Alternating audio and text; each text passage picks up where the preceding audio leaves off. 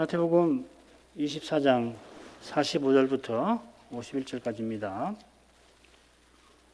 45절 충성되고 지혜 있는 종이 되어 주인에게 그 집 사람들을 맡아 때를 따라 양식을 나눠줄 자가 누구뇨?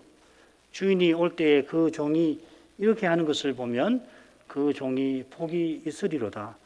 내가 진실로 너희에게 이르노니 주인이 그 모든 소유를 저에게 맡기리라. 만일 그 악한 종이 마음에 생각하기를 주인이 드디오리라 하여 동무들을 때리며 술 친구들로 더불어 먹고 마시게 되면 생각지 않은 날 알지 못하는 시간에 그 종의 주인이 이르러 엄히 때리고 외식하는 자의 받는 율에 처하리니 거기서 슬피 울며 이를 갈미 있으리라. 주님께서 인자의 오심이 노아의 때에 같을 것이라 하셨습니다. 노아는 그때가 언젠지 계시로 알았습니다. 여호와께서 가라사대 나의 신이 영원히 사람과 함께 하지 아니하리니 이는 그들이 육체가 됨이라. 그러나 그들의 날은 120년이 되리라 하시니라. 창세기 6장 3절 말씀이죠. 여기 120년이 이후에 줄어드는 사람의 향년이 아니고 대개 보면 이 정도 살지요. 그 다음에 물론 우리 이 족장들은 열조들은 그보다 더 삽니다만은 그게 아니고 심판까지 남은 연수입니다. 홍수가 노아 600세에 시작되었으니 이 계시는 그가 480세에 받은 것이겠습니다. 베드로 사도가 노아를 가리켜서 의를 전파하는 사람이라 그 시대의 선지자라 부른 대로 그가 120년 방주를 만들면서 하나님의 심판을 사람들에게 전했을 것입니다. 방주가 무척 크긴 합니다만은 그런데 한번 생각해 보십시오. 그 제작에 120년이 걸렸다. 필연 강포가 가득한 그 세상에 폭력적인 방해가 있었을 겁니다. 사람의 마음에 생각의 모든 계획이 항상 악할 뿐이었던 그 시대 사람들이 심판을 전하는 노아를 미워하고 그를 가만두질 않았을 거예요. 이런 말씀이 전해졌는데도 사람들은 홍수로 다 망하기까지 깨닫지 못했다 하셨습니다. 인자가 임하실 때에도 그런 어둠과 미련함이 가득할 것입니다. 더할 것이에요. 그 계시록 보면 압니다. 계시록에 보면은 얼마나 악하는지 하나님이 심판을 하셔도 회개하는 게 아니죠. 더 악한 마음이 되어서 회방하는 말을 한다 하지 않았습니까? 그런데 주의 진노가 곧 쏟아지는데도 그때 사람들은 평안하다, 안전하다 할 것입니다. 이 어둠은 먹고 마시고 혼인할 뿐이지 하나님을 향하는 일은 없었던 그 사실과 딱 붙어 있습니다. 하나님을 향하지 않으니 얻을 수밖에요. 하나님께서 태초에 사람을 하나님의 형상대로 창조하시되 남자와 여자로 지으시며 하나님처럼 세상을 다스리라 하시고 그 일에 필요한 먹을 것을 주십니다. 창세기 1장 26절부터 29절까지죠.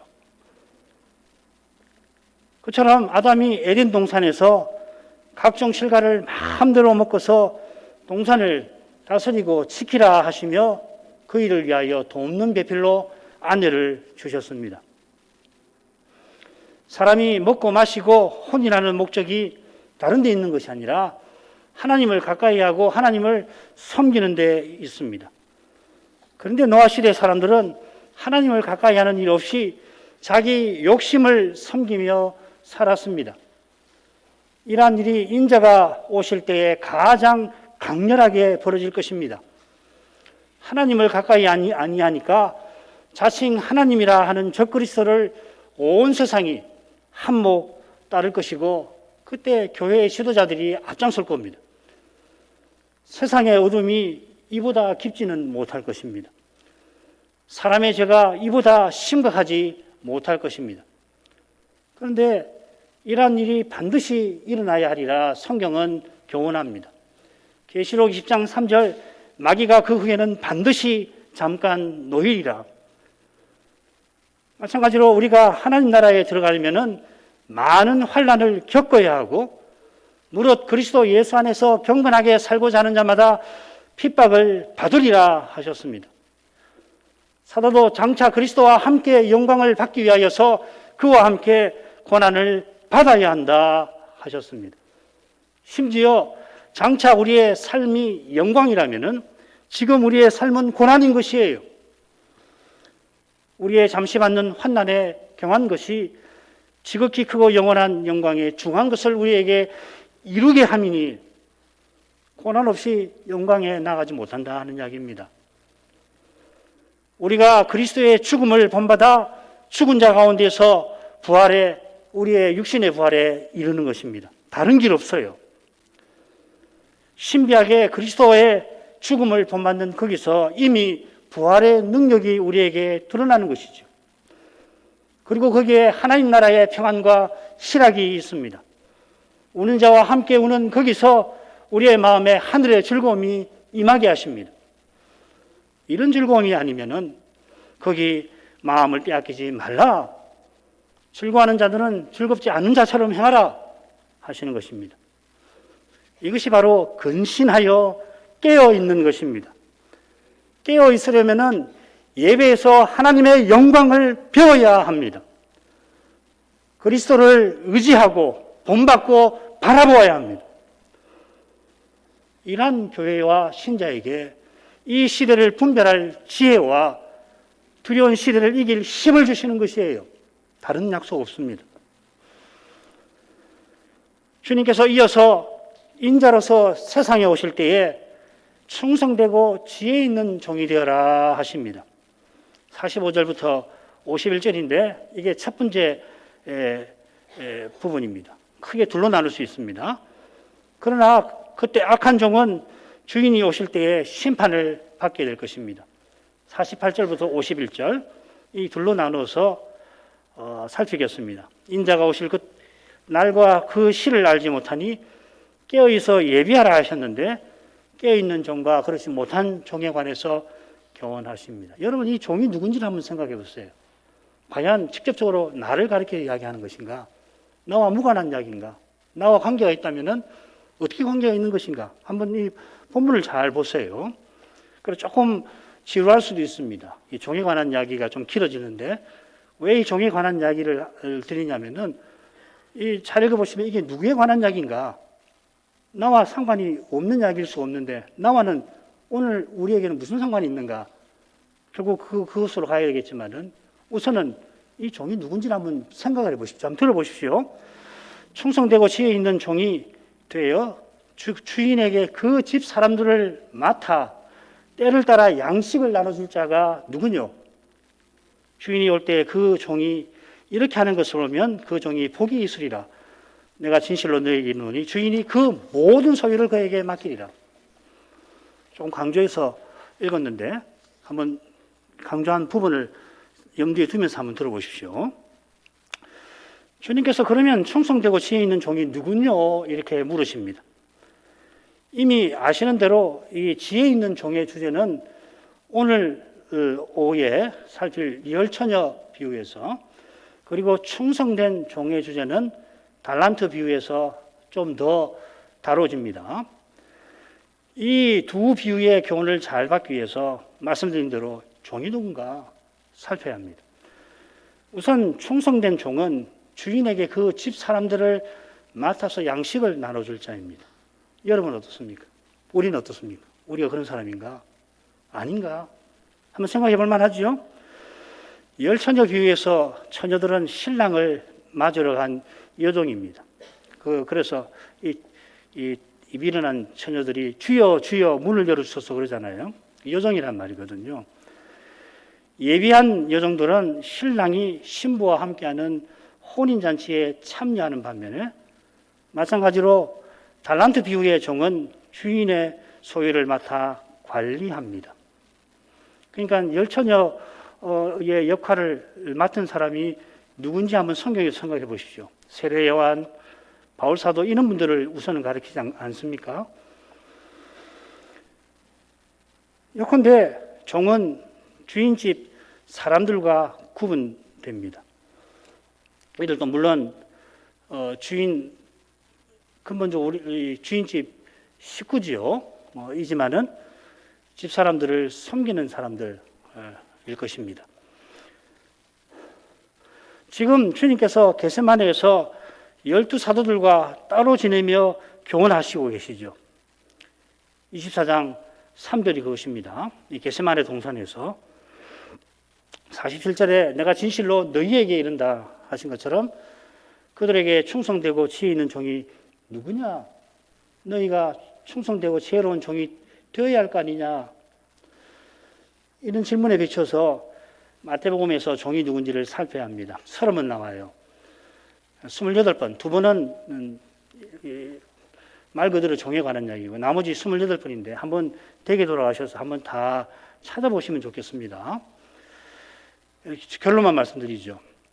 쭉 살펴보면은 지금 감난산 강화에서 주님의 비유와 교훈에서 언급하신 종은 누구보다 사도라고 봐야 돼요. 일차적으로.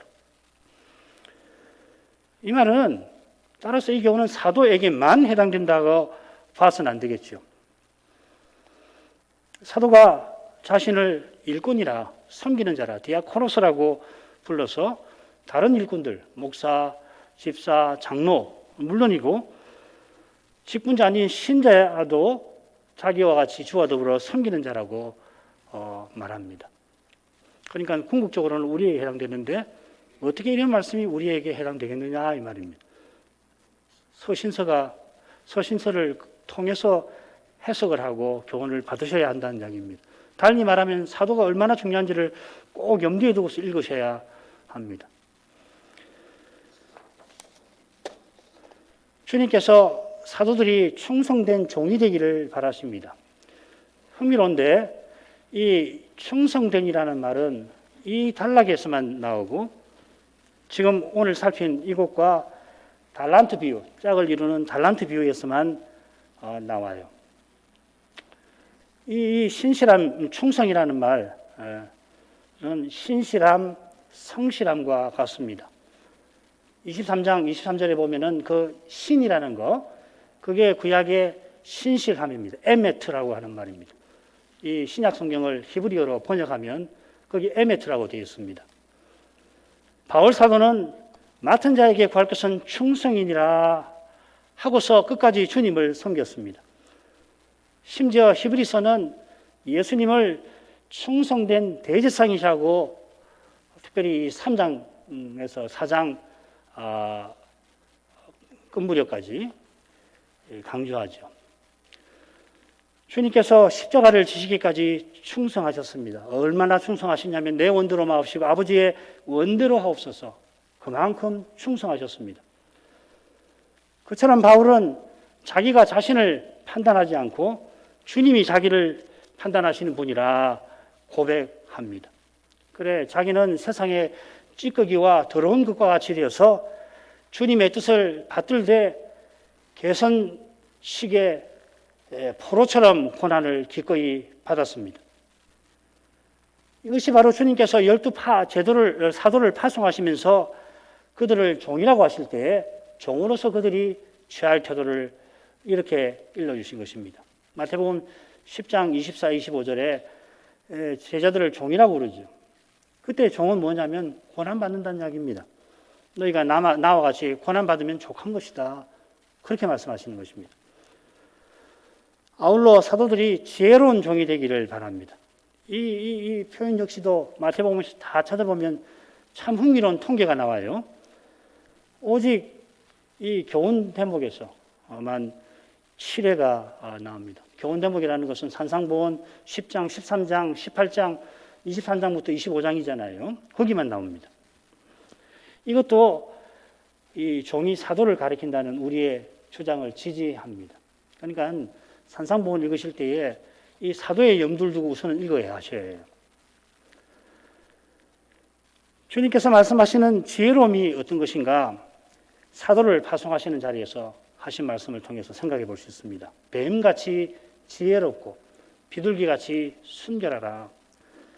이 말씀을 하실 때에 바로 앞에 뭐라고 그랬냐면은 한 절인데, 같은 절인데, 내가 너희를 보냄이 양을 이리 가운데 보냄과 같도다 하시고 뱀같이 지혜롭고 비둘기같이 순결하라 하셨습니다.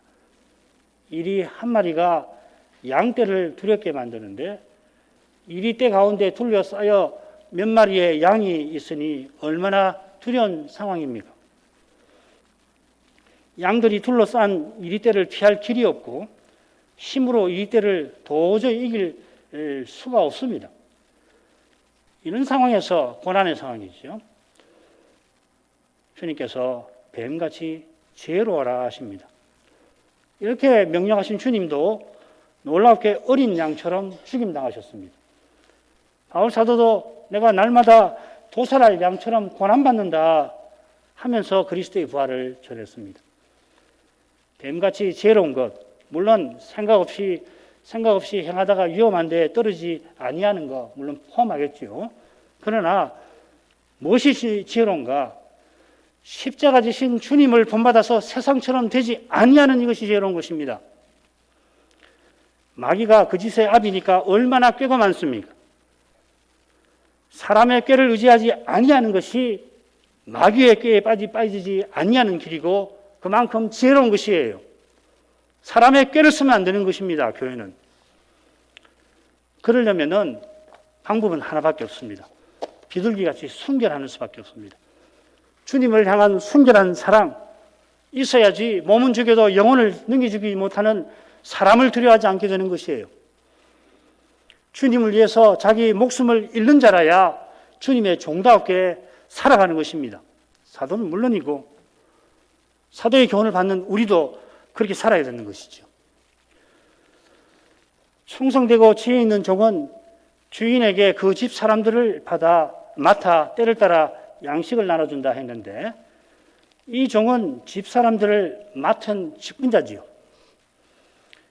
49절을 보면은 이 종이 악하면은 동무들을 때린다 했는데 이 동무라는 말이 뭐냐면 함께 동료 종이라는 말입니다. 이 종이라는 말인데 둘로스가 있는데 쉰하면은 함께 된 종이라는 말입니다. 그러니까 이 종은 다른 종들을 맡는 사람이죠. 그러니까 주인의 재산도 맡아서 악한 종은 그 재산을 마음대로 먹고 마시며 지내죠. 그러니까 이 종은 청지기일 것입니다. 누가복음 12장을 한번 펴보십시오. 누가복음 12장 42절에 여기는 지혜 있고 진실한 청지기, 충성된 청지기라고 나와 있죠. 이 청지기라고 하는 것은 주인의 재산과 종들을 맡아 관리할 뿐만 아니라 그 당시 이 청지기는 이 어린 상속자, 주인의 어린 아들을 후견하기도 합니다. 이 요셉은 더했죠. 주인 보디발의 아내를 제외하고는 다 맡아 관리했습니다. 누가복음 12장 42절에 보면은 쑥 보시면 알겠지만 지금 우리가 살피는 그 비유와 그 본문과 똑같은 내용이 48절까지 이어지죠. 그죠? 그럴 겁니다. 그런데 이 비유를 베푸신 경위가 41절에 나와요. 거기 베드로가 이 비유를 우리에게 하심이니까 모든 사람에게 하심이니까 하고 물으니까 주님께서 충성되고 지혜로운 청지기가 되어라 하십니다. 왜 이렇게 질문했을까? 베드로가 질문하기에 앞서 먼저 무슨 비유를 듣느냐 하면은 36절부터 12장 36절부터 40절 보십시오. 이 열처녀 비유하고 똑같으지요. 열처녀 비유하고.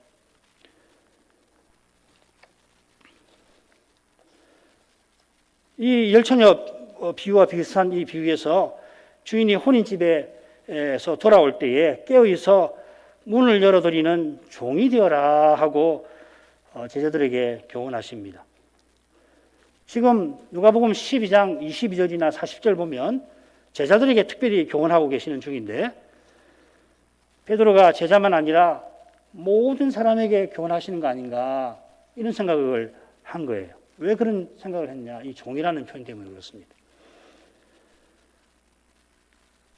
지금 제자들은 주님 나라가 곧 세워지면 예수님은 왕이 되시고 우리는 높은 자리 차지할 줄로 생각하고 있죠.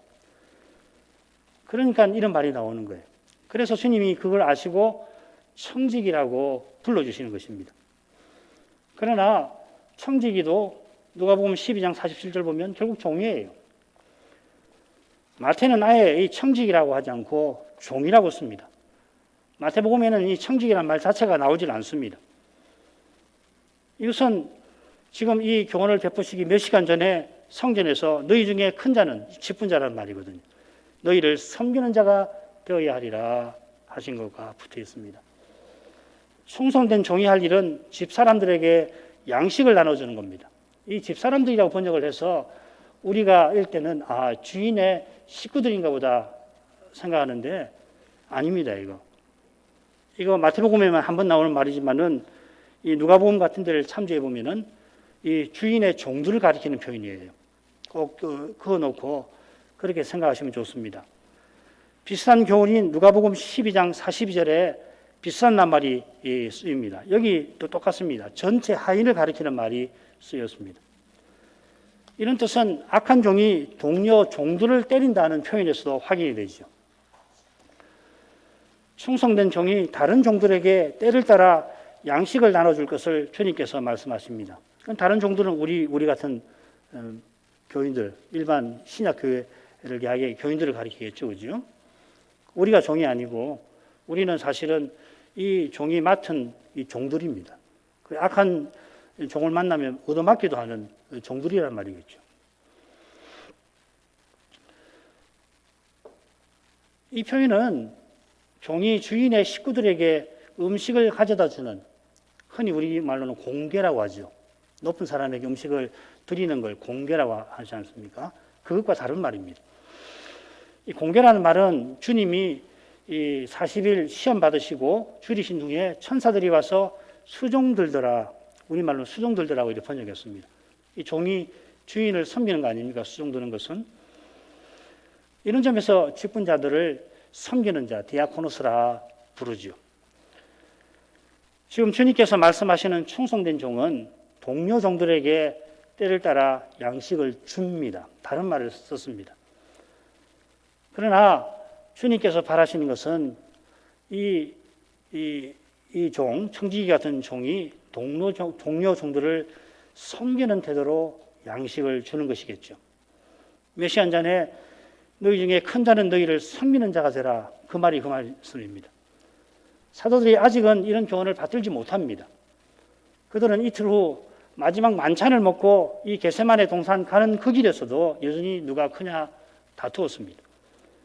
그렇기 때문에 주님께서 사도들이 주님의 형제들을 섬기는 종, 이렇게 말씀을 아니하신 줄로 압니다. 주인이 올 때에 그 종이 이렇게 하고 있는 것을 보면 그 종은 복 있는 사람입니다. 주인이 오실 때가 있다 이 말이죠. 이 주인은 심지어 만주의 주이십니다. 만왕의 왕이십니다. 계시록에 2번 나오는데 만주의 주라는 표현은 어디 나오냐면 심판의 맥락에서 나옵니다. 어린 양이 오시는 그때에 심판하시는 것입니다. 심판은 영벌에 처하는 어두운 면도 물론 있지만은 영생에 들어가게 하는 밝은 면도 있는 것입니다. 심판의 말씀에서 우리는 이 밝은 면을 볼 수 있어야 될 것입니다. 주인이 오실 때 그 종이 주인의 뜻대로 하고 있는 것을 보십니다. 바로 이 점에서 그는 충성된 종이지요. 이 종은 악한 종처럼 더디 오신다고 생각지 않고 주인이 언제 오실지 모르지만은 언제든지 오실 수 있다고 생각하고 섬기고 있는 것입니다. 일하고 있는 것입니다. 지난 시간 살핀 대로 바울이 그랬습니다. 그는 데살로니가 후서에서 적그리스도를 막는 것이 있고 막는 자도 있다고 이야기를 합니다. 아직은 적그리스도가 등장할 때가 아니라는 걸 분명히 알아요. 그런데도 고린도 교회를 향해서 마라나타, 주여 오시옵소서 하면서 고린도 교회들어 깨어 있어라 권합니다. 그렇게 살아야 주인이 오실 때에 주인의 뜻대로 하고 있을 것입니다. 다시 오시는 주님을 간절히 바라는 사람이 지금 주님의 뜻을 받듭니다. 지금 주님의 뜻을 받들지 아니하는 사람은 천국이 아니라 실은 천당을 구하고 있을지 모릅니다. 지금 오직 주님을 전부로 모신 그 사람이 장차 주님과 같아지는 것이에요. 이건 딱 붙어 있는 것입니다. 천국을 사모하는 이가 천국을 얻습니다. 지옥을 택한 사람이 가는 것이에요. 지옥 가기 싫은데 억지로 끌려가는 건 아닙니다. 지금 천당을 말하고 온갖 인형을 말하지만은 결국 들여다보면 그 지옥이거든. 지옥을 택하니까 지옥에 가는 거예요. 마찬가지로 천국을 사모하는 자가 가는 것입니다. 아버지의 뜻대로 이루어지이다 참으로 기도하는 사람이 그 뜻이 이루어진 천국에 들어가는 것이고, 그러지 않으면 결국 자기 뜻대로 이루려고 사는 사람은 자기 뜻대로 이루어지는 겁니다. 그게 지옥인 것입니다. 주인이 올 때에 그 종이 복 있으리로다, 우리말은 있으리로다 해서 미래형을 썼습니다. 그거보다는 오시기 전에 그 종은 복 있는 자라고 지금 주님이 말씀하십니다. 번역을 조금 고칠 필요가 있어요. 이건 팔복의 경우랑 똑같으지요. 나를 인하여 핍박받는 그 사람이 복 있는 사람이다. 이미 복 있는 사람이라 교훈하십니다. 나를 인하여 너희를 욕하고 핍박하고 거짓으로 너희를 거슬러 모든 악한 말을 할 때 너희에게 복이 있나니, 있을 것이 아니라 지금 이미 있다는 이야기죠. 물론 장차도 복이 있습니다. 우리 조금 후에 볼 겁니다. 그러나 이미 복이 있습니다. 그 복이 뭐냐? 주님을 인하여 고난받는 그것이 우리에게 복인 것이에요. 왜 그러냐면 주님과 함께 받아서 주님을 위해서 받는 것이고, 바울 사도를 통해서 배운 것처럼 주님과 함께 받는 것이라 그렇습니다. 혹은 주님을 본받는 것이라 그렇습니다. 주님과 함께 하는 것이라 이것이 복이에요. 그래서 바울은 이게 복이니까 당장이라도 나보고 택하러 간다면은 난 지금 이 세상 떠나서 주와 함께 있겠다 하였습니다. 그처럼 부활에 이르러서 주님과 항상 있고자 했지요. 주님과 함께 하는 것이 복입니다. 다른 복 구하시면 안 돼요. 그건 기독교 밖에서 구하셔야 하는 복입니다. 그런 복은 기독교에 없어요. 기독교의 복은 주님과 함께 하는 것입니다. 그리고 이것이 참된 복이죠. 다른 건 복 아니에요. 다 사라져 버릴 것인데, 이 세상에서 뭘 얻든지 아무리 재물이나 혹은 학식이나 혹은 미모나 혹은 명예나 권력이나 다 사라져 버려요. 그리스도 외에는 다 사라져 버린다고요. 신앙과 관련해서도 마찬가지입니다. 그리스도만 남는 것입니다. 믿음과 사랑만 남는 거예요. 예배당 갖고 하는 거 아니지 않습니까? 교인수 갖고 하는 거 아니지 않습니까? 교회 활동 갖고 하는 거 아니지 않습니까? 이 모든 거, 예배당, 교인 활동이 무엇을 위해서 했습니까? 그리스도를 드러내미라고요. 그리스도 교회의 바른 자태를 취하는 그것이 본질이잖아요. 다른 거 없어져 버리는 겁니다. 허상이에요.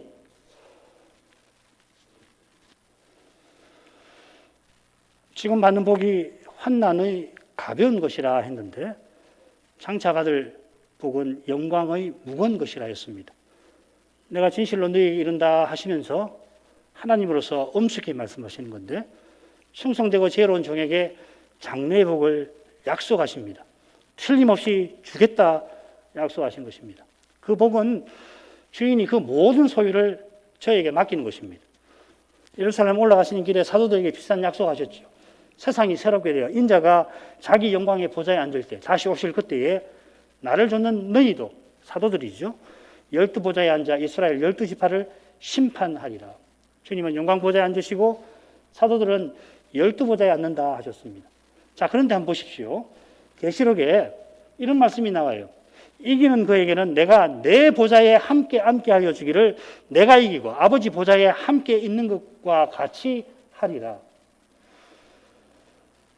이거 라오디게아 교회 7번째 라오디게아 교회에게 하신 말이죠.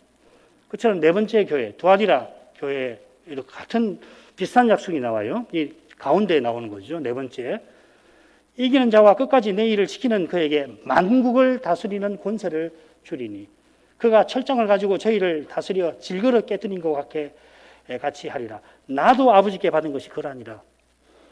굉장한 약속입니다. 주님 하시는 그것과 해당되는 그런 복을 약속하신 것입니다. 여기 이기는 자, 일곱 교회에 이기는 자가 있는데, 어떤 주석을 살펴봐도 이건 사도만을 가리키는 거 아닙니다. 모든 신자에게 해당되는 말입니다. 그리스도 안에서 하나님의 아들이 된 신자에게 대한 약속입니다. 그래, 아버지 예수님께서도 25장 보시면은 오른편에 있는 양, 그 신자들 아닙니까? 아버지의 나라를 상속하라, 내 아버지의 나라를 상속하라고 하셨습니다. 이 상속이 중요한 거 아니에요. 내 아버지의 나라인데 너희도 나와 같이 아들로서 상속하라 하시는 것입니다. 이런 말씀을 보면은 신자가 받을 복과 사도가 받을 복이 얼마나 다른지 알기가 어려워요. 선자에게 냉수 한 그릇 주면은 선자의 복을 받는다고 하셨잖아요. 그것도 같은 말씀이죠. 그렇지만 신자로 이루어진 새 예루살렘의 12 기초석에 12사도의 이름이 있듯이, 또한 문화 비유를 보면 10문화와 5문화를 남긴 이에게 10고을과 5고을을 다스리라는 것처럼 사도의 복과 우리의 복이 같을 수가 없고, 심지어 우리 각각의 복도 똑같다고는 할 수가 어렵습니다.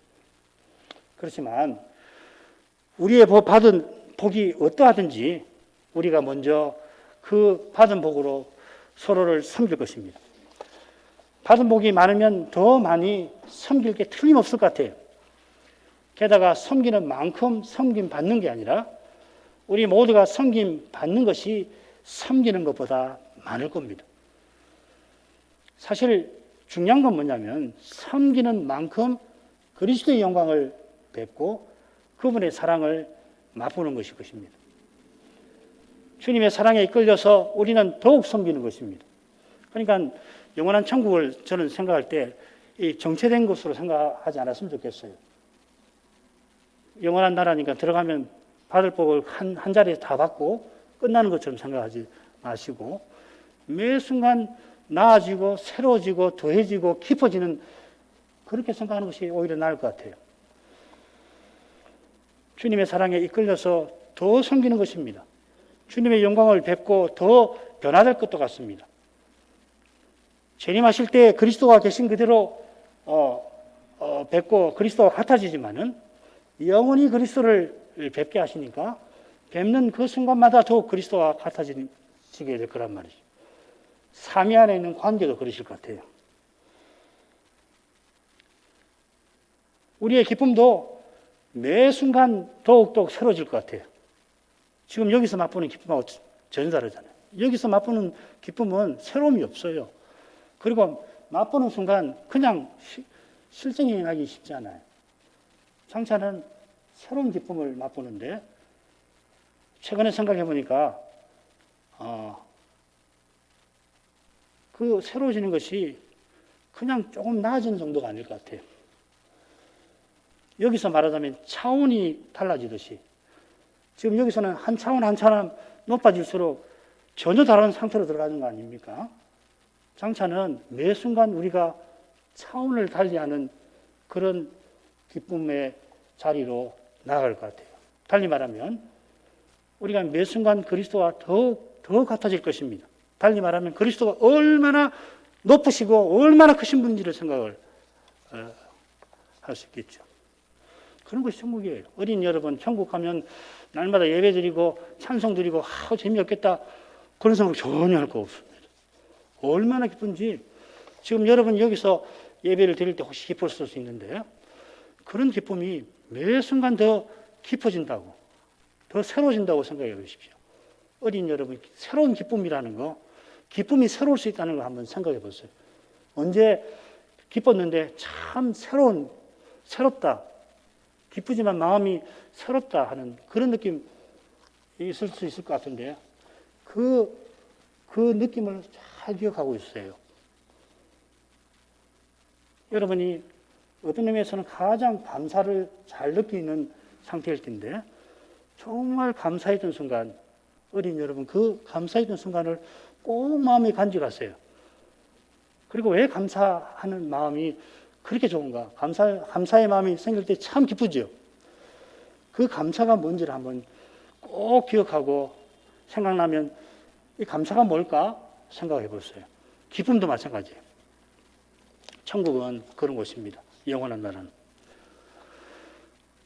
마지막 부분을 가지죠.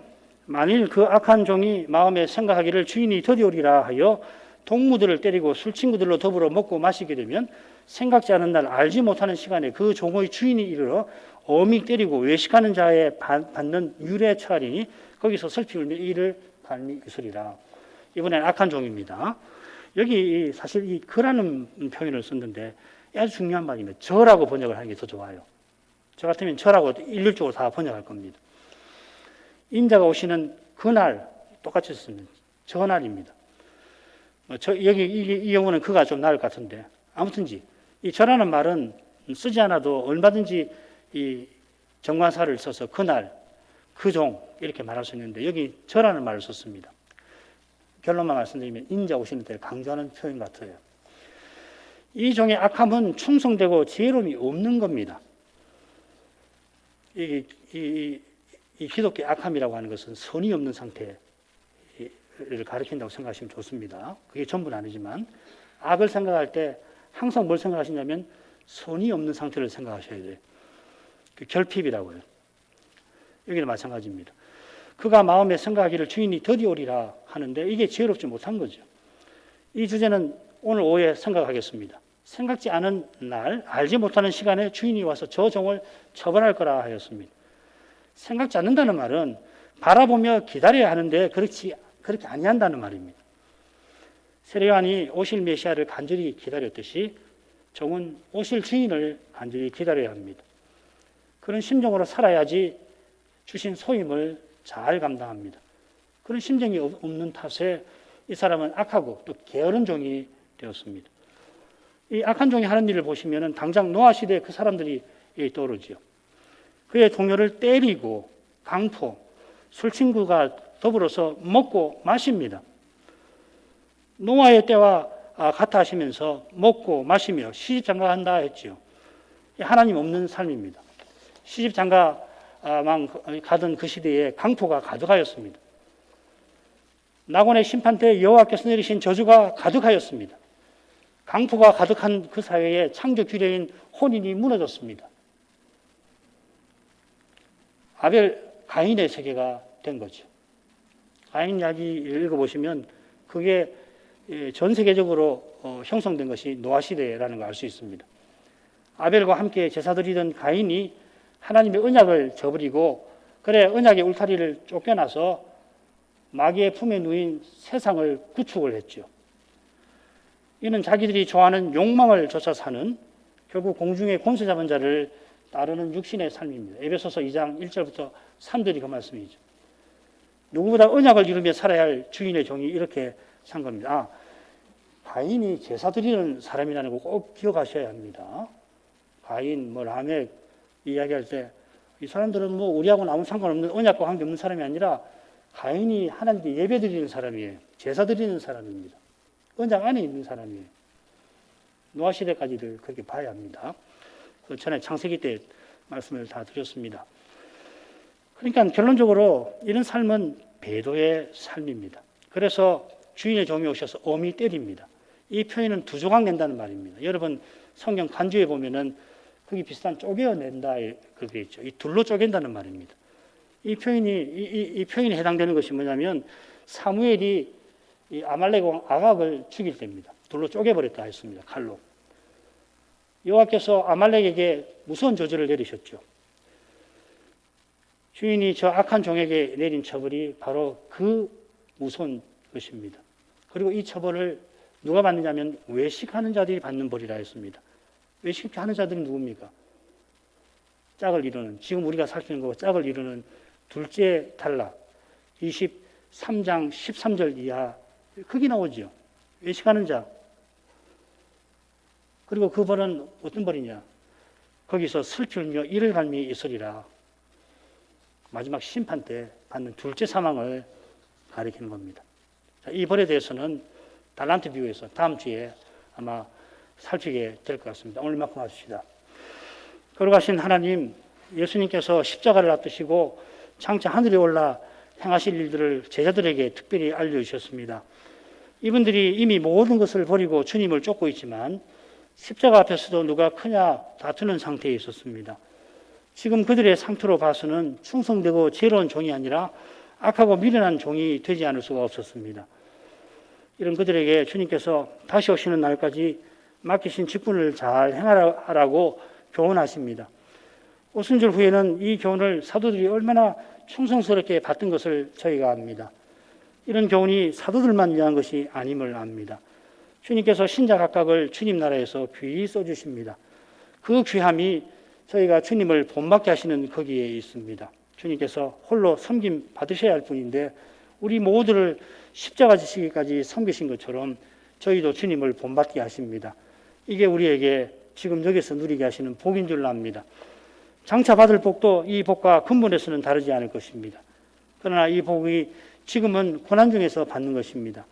고난은 누구나 꺼리는 것이고 때로는 너무도 두렵고 무거운 것이지만은 장차 받을 영광에 비해 하기온 것이라 사도를 통해서 말씀해 주십니다. 하기온 이유가 무엇보다 주님께서 그 고난에 함께 하시는 사실이 있는 줄 압니다. 이 교훈을 잘 깨닫게 해주셔서 저 두려운 순간을 향하여 담대히 정직히 나아갈 수 있게 해 주옵소서. 예수님 이름으로 기도합니다. 아멘.